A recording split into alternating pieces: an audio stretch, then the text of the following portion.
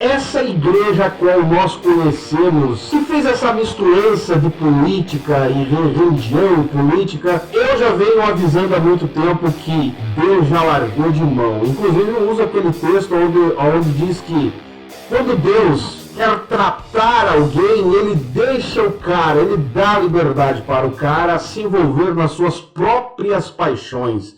E essa é a realidade, é o sentimento de muitos brasileiros, inclusive que me procuram nas redes sociais pedindo, né, Zay, o que você acha desse assunto? Dá um parecer teu, pelo amor de Deus. Eu não vou falar de política, mas vamos falar aqui dessa realidade, a qual estão me cobrando aqui, né, sobre a morte desse, não vou dizer pastor, né, o Guilherme de Pádua, o qual foi um monstro para a família da Daniela Pérez. E poucas pessoas olham para essa realidade a qual ficou a família, que perderam alguém da família por conta de um cara que foi monstruoso e no final ainda, né, foi pastor da igreja que prega o amor. Mas a conclusão que eu tiro disso tudo é que o senhor Guilherme de Pádua, né, agora Deus o tenha, ele já tinha deixado de viver, já tinha morrido quando ele tirou a vida da Daniela. Em outras palavras, o Guilherme já tinha morrido. No meu ponto de vista, já tinha até morrido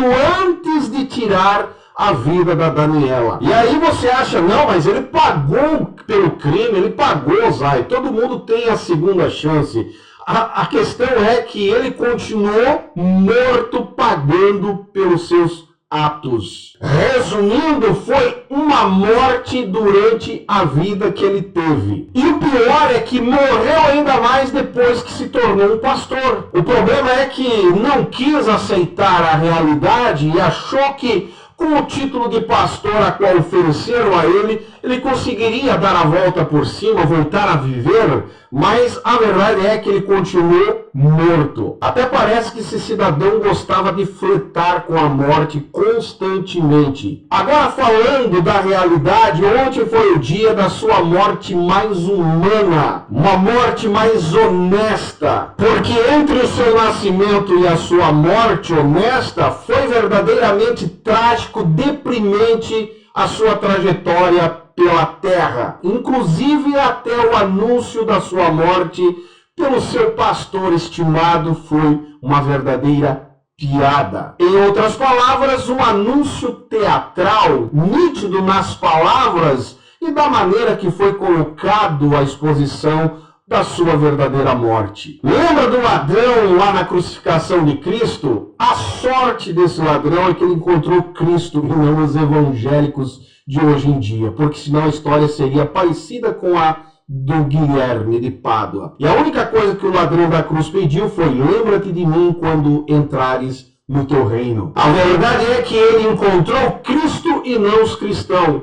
Encontrou o verdadeiro evangelho e não os evangélicos. E graças a Deus não existia valadões naquele tempo, porque senão a história seria com certeza parecida com essa dos valadões e do Guilherme de Pádua, né? Vamos ungir a pastor, porque aí a sociedade vai te ver melhor, né? Inclusive o pastor Valadão fala no vídeo, né, que a sociedade não entendeu quem ele era de verdade. Sinceramente, é uma verdadeira piada pronta à realidade do contexto evangélico a qual nós presenciamos nesses últimos tempos. Eu vou encerrar o vídeo dizendo que talvez morto o Guilherme teria vivido mais. Para a família dele, com certeza seria uma perca, assim como estão vivendo hoje a perca dele, mas com certeza seria muito mais vida para ele.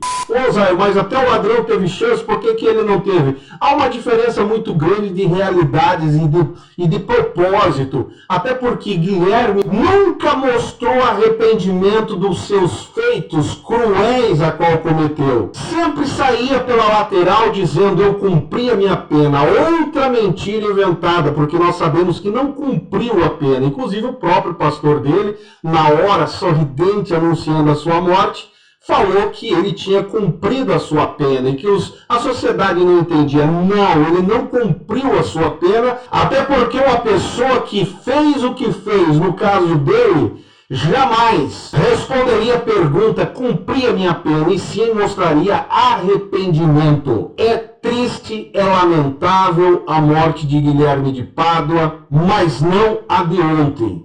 A morte muito antes, quando ele achava que estava vivo.